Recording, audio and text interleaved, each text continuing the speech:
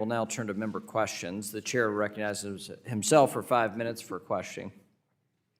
Mr. Willems, the Chinese spy balloon that our Air Force shot down this past weekend is just the latest incident involving China. And it demonstrates that there's a threat to the world that China poses, not just to the United States, but to our allies. And to that end, committee Republicans have developed principles on how we approach China, given the fact that we have a different world now than the Soviet communists. This is a different regime, different set of challenges.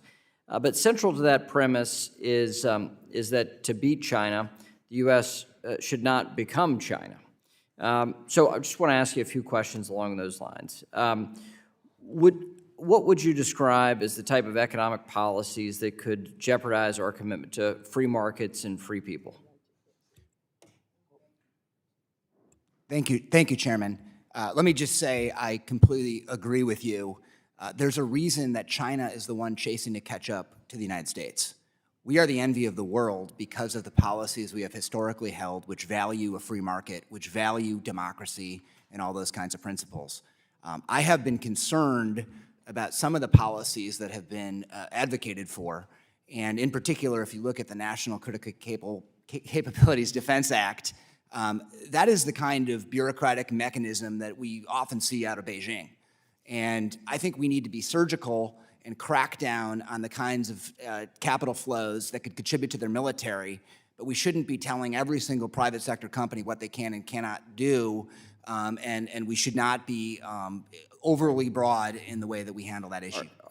Yes, and so relatedly, second principle that we put forward is that China must abide by the international rules of the road. Can you speak to an area where China is diverging from that path of widely accepted rules of the international economic engagement that we've seen over the last 50, 60 years?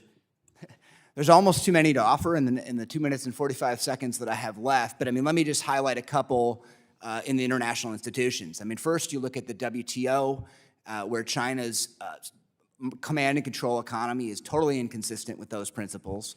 I look at the World Bank, where China, who is the largest bilateral lender in the world, is also receiving a significant amount of loans there. And I look at the IMF, where China has refused to restructure debt for developing countries. I mean, those are just three examples in international institutions where China is an outlier. And so what are the policies available to Congress to ensure that China does not continue to undermine international institutions? What can we do to counter that?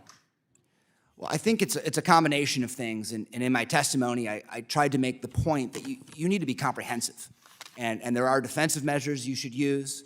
I think there are offensive measures where we need to be creating new markets, and then we need to really be working with our allies and partners through the existing mechanisms, the G7, and then at the IMF, WTO, and World Bank to try to pressure China to change its behavior. Thanks. Pivoting to you, Mr. Fetto, we just rewrote the rules of foreign investment in the United States with FIRMA that was passed just over 4 years ago. That was an update to the CFIUS process. But that is an inbound flow of capital into the United States, and we have a process for that. There's now a discussion about expanding that authority to an outbound regime of taking U.S. dollars and their investment decisions internationally. What risks does an outbound regime pose to protecting our national security? To our national security or more broadly? More broadly. But frankly, it's national security, but more broadly than that, our economic capacity. Mr. Chairman, the problem is ill-defined at the moment, so it's hard to really scope a solution that precisely tackles an undefined problem.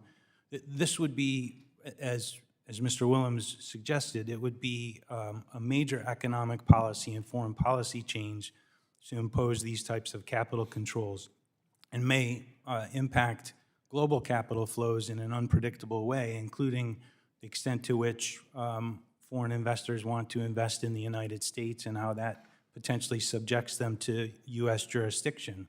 The way this was first drafted was incredibly broad and its extraterritorial nature would would have been unbounded almost. And in that respect, it could have really impacted our relationship with our allies and partners. Certainly, as Mr. Ashew has mentioned, doing these types of tools in a multilateral way is very important. There are only 2 countries in the world that I'm aware of that have outbound screening mechanisms, Taiwan and South Korea. And as you're well aware, the size of the U.S. economy dwarfs those. And so we really have to think through imposing this type of, or creating this type of mechanism, not to mention the bureaucracy that would come with it, which I have deep concerns about, how that would affect us economically. Well, my time's expired, but we can further expand on this in written form.